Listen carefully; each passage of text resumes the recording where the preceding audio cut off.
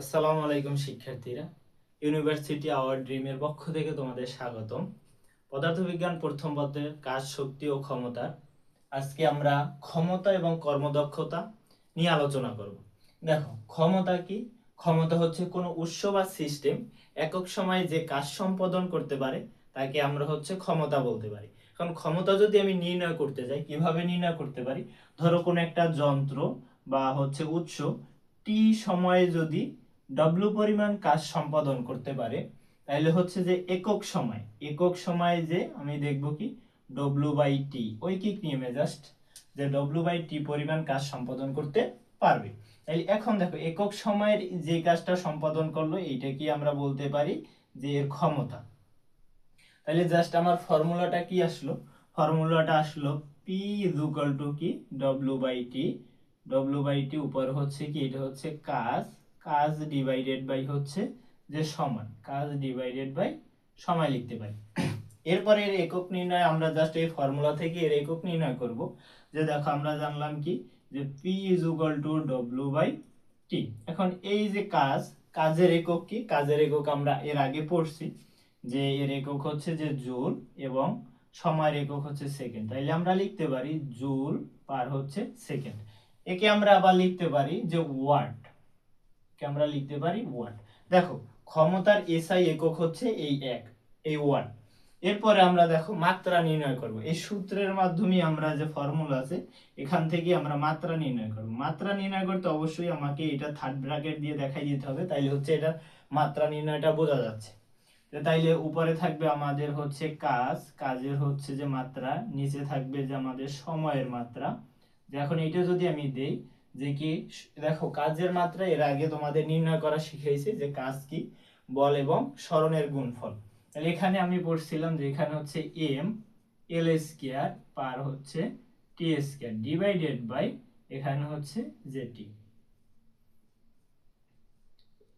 তাহলে আমার কি আসে এই জিনিসটা যে M L square inverse cube, যে টি ইনভার্স কিউব, এই মানটা আমার চলে আসে। যে এখন ধরো যে কোনো যন্ত্রের গায়ে লেখা, কোনো যন্ত্রে যদি বলা থাকে যে ওয়াট, যদি ক্ষমতাটা যদি দেওয়া থাকে যে আমার 10 ওয়াট, 10 ওয়াট ক্ষমতা বলতে কি বুঝো, যদি এরকম কোনো কোশ্চেন থাকে, তাইলে আমি দেখবা কি এখানে আমার সময়টা থাকবে সব সময়, ধরবা সময়টা 1 সেকেন্ডের ক্ষেত্রেও ধরতে পারো যে 1 সেকেন্ড সময় যদি আমার 10 জুল কাজ হয়, 1 সেকেন্ড সময় যদি 10 জুল কাজ হয়, তাইলে ওটাকে আমরা কি বলতে পারি যে ওখানে 10 ওয়াট ক্ষমতা।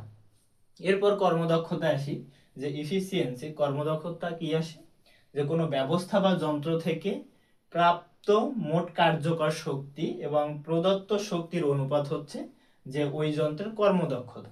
কর্মদক্ষতাকে যদি আমি এই ক্ষমতা এর মাধ্যমে, ইনপুট ক্ষমতা এবং আউটপুট ক্ষমতার মাধ্যমে যদি এরকে আমি নির্ণয় করতে চাই যে এর ফর্মুলাটা, তাইলে আমি লিখতে পারি এখানে দেখো যে এখানে আউটপুট ক্ষমতা, আউটপুট ক্ষমতা ডিভাইডেড বাই উপর যে এটা প্রাপ্ত ক্ষমতা আমাদের, ডিভাইডেড বাই এখানে লিখতে পারি ইনপুট ক্ষমতা, ইনপুট ক্ষমতা। তাইলে এটাকে আমি লিখতে পারি যে দেখো এই ক্ষমতার এইটা আমি যে কাজ, কি পরিমাণ কাজ করতে পারে, এটা যে আউটপুটের যে কাজটা ডিভাইডেড বাই টি, এখানে আবার ডব্লিউ, এটা ইনপুটের কাজটা ডিভাইডেড বাই টি। এখন দেখ এইটি যদি আমি কেটে দিই, তাইলে এখানে থাকে আমার কি যে আউটপুটে কি পরিমাণ শক্তি বা কাজ, আর নিচে থাকবে যে ইনপুটে কি পরিমাণ শক্তি বা কাজ থাকে।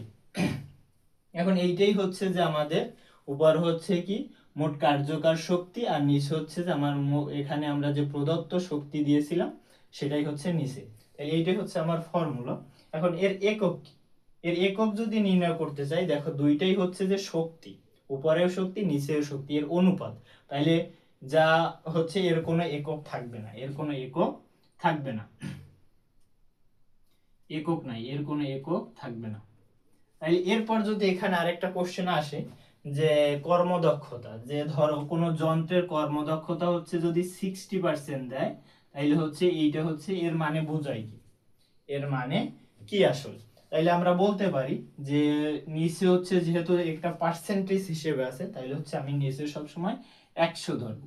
নিচে 100, এইটা হচ্ছে যে আমি, এইটা হচ্ছে কি, এটা আমার যে যে প্রদত্ত, আমি হচ্ছে এই যে প্রদত্ত শক্তি, এইটা হচ্ছে নিচে, আর হচ্ছে উপর হচ্ছে যে আমাদের কি কার্যকর শক্তিটা, আমি যে পরিমাণ প্রাপ্ত কার্যকর শক্তি পেয়েছি সেটা, তাইলে ওটা হচ্ছে, এটা হচ্ছে 60, এটা হচ্ছে 60।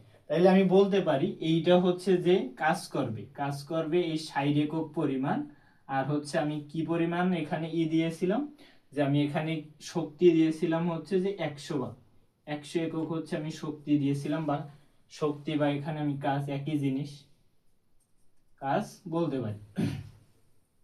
তাহলে এই হচ্ছে, এখন দেখো এখানে অপচয় কি হবে, যে দেখো এখানে হচ্ছে 100 একক যদি আমি শক্তি বা কাজ দেই, তাহলে হচ্ছে আমি এখানে কত, 60 একক কাজ পাবো।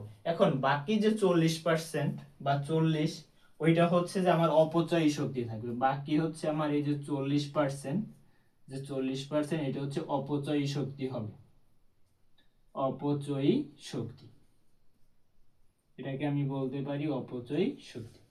তাইলে হচ্ছে দেখো সুন্দরভাবে বুঝাই দিলাম যে ক্ষমতা এবং কর্মদক্ষতা। সবাই ভালো থাকো, আসসালামু আলাইকুম।